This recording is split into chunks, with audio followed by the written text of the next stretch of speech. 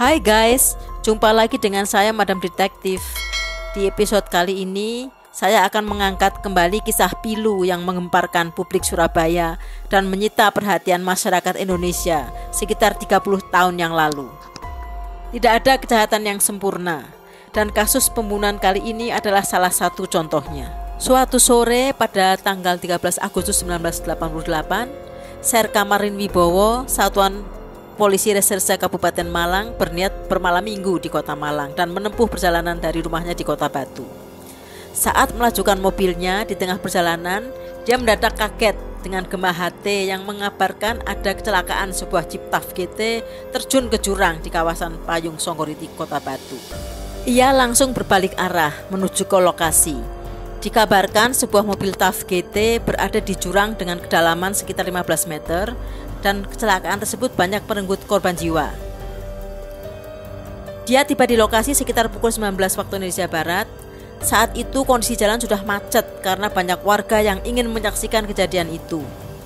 Setelah diselidiki, identitas orang-orang yang berada di mobil tersebut adalah Letkol Marinir Purwanto, Sumaryatun keponakan Purwanto, Haryo Bismoko anaknya yang kedua, Haryo Budi Prasetyo anaknya yang ketiga, dan Sunarsih istri Letkol Purwanto yang saat itu sedang hamil. Semua korban sudah meninggal dunia. Dugaan bahwa kejadian itu adalah kecelakaan murni memang sempat tidak terbantahkan karena Jeep itu seakan benar-benar meluncur nyebur ke jurang.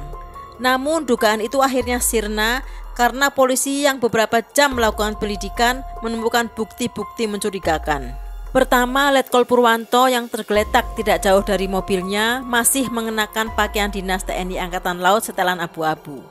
Tidak masuk akal, dengan masih berseragam dia mengajak keluarganya bepergian. Baju seragamnya masuk separuh dalam sabuknya dan hanya mengenakan satu sepatu. Korban lain terlempar dalam radius beberapa meter dari mobil.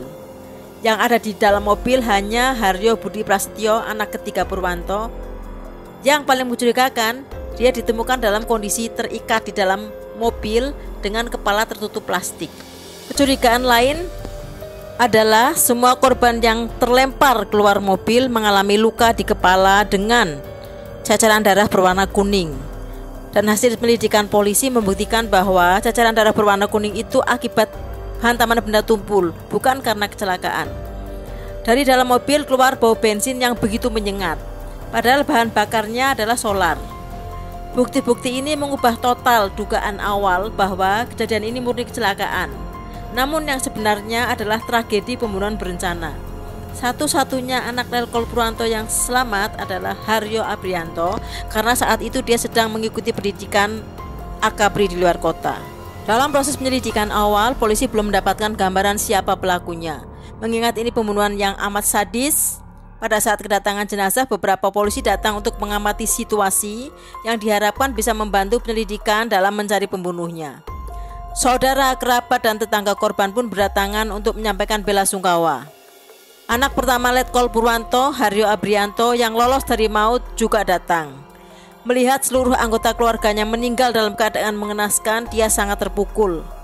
Adalah Prayit, salah seorang kerabat dekat keluarga, ikut menenangkannya. Prayitlah orang pertama yang membuka peti mati para korban, bahkan merekam kedatangan jenazah itu dengan kamera video. Dan dia orang yang paling sibuk membantu keluarga korban saat itu. Pada saat dia duduk, seorang anggota polisi mendekatinya berharap mendapat informasi darinya. Karena dalam pengamatan polisi tersebut, Prayit pastilah salah satu kerabat keluarga korban, sehingga dia orang yang tepat untuk dimintai keterangan. Siapa saja kira-kira orang yang punya motif membunuh Letkol Purwanto dan keluarganya? Sambil ngobrol, polisi tersebut mengambil rokoknya. Karena kebetulan tidak membawa korek api, dia meminta tolong Prayit. Maka Prayit pun mengambil korek api dan menyalakannya. Kemudian dia mendekatkannya ke rokok yang menempel di bibir polisi tersebut.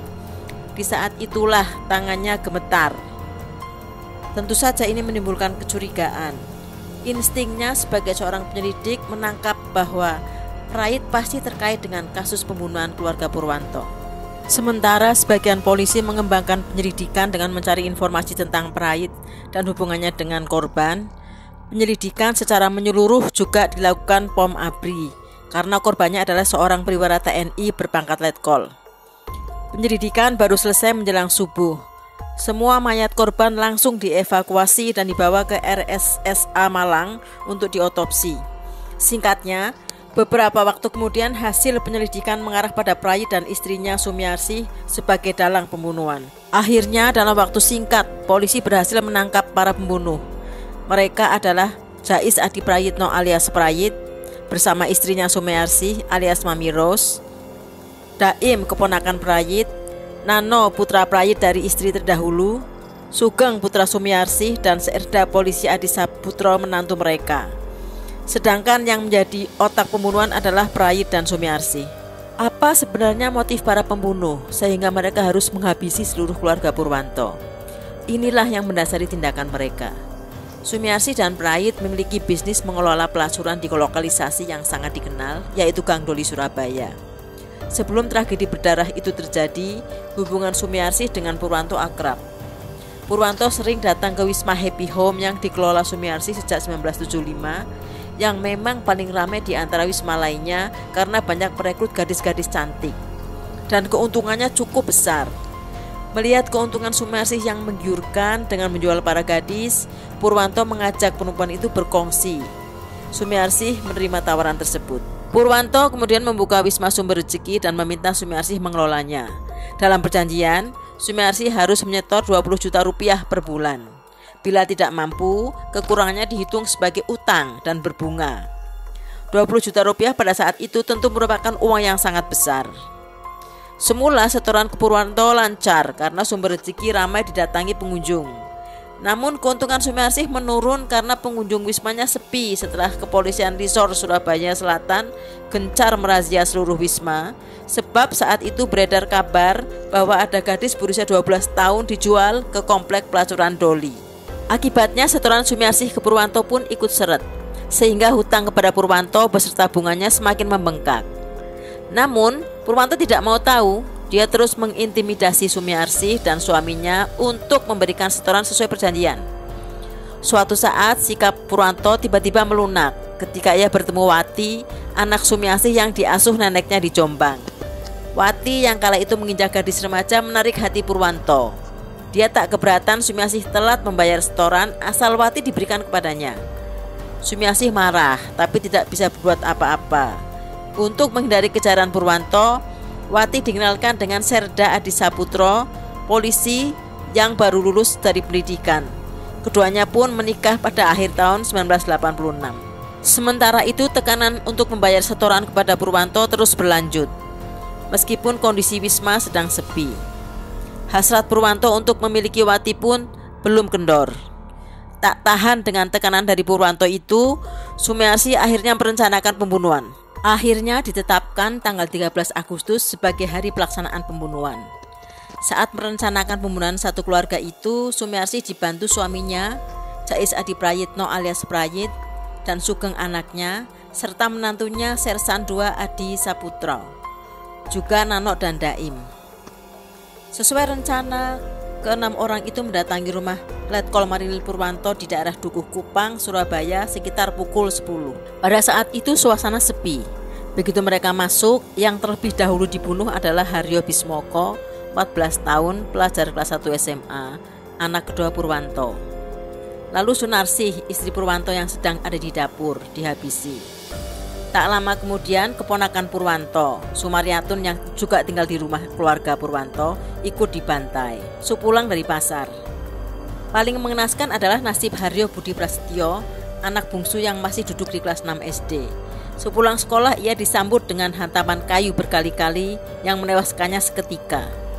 Letkol Purwanto, sasaran utama, dijagal sepulang dari mengurus tugasnya di Primer Koperasi Angkatan Laut atau Primkopal yang dipimpinnya. Lengkap sudah, kelima orang tersebut tewas seketika. Bahkan anak-anak, istri Purwanto yang hamil, hingga keponakan Purwanto yang tak terkait kongsi rumah bordil harus meregang nyawa di tangan para algojo. Kemudian para eksekutor itu menyeret tubuh tak bernyawa keluarga Letkol Purwanto ke garasi. Mereka memasukkannya ke dalam mobil Daihatsu TAF milik korban.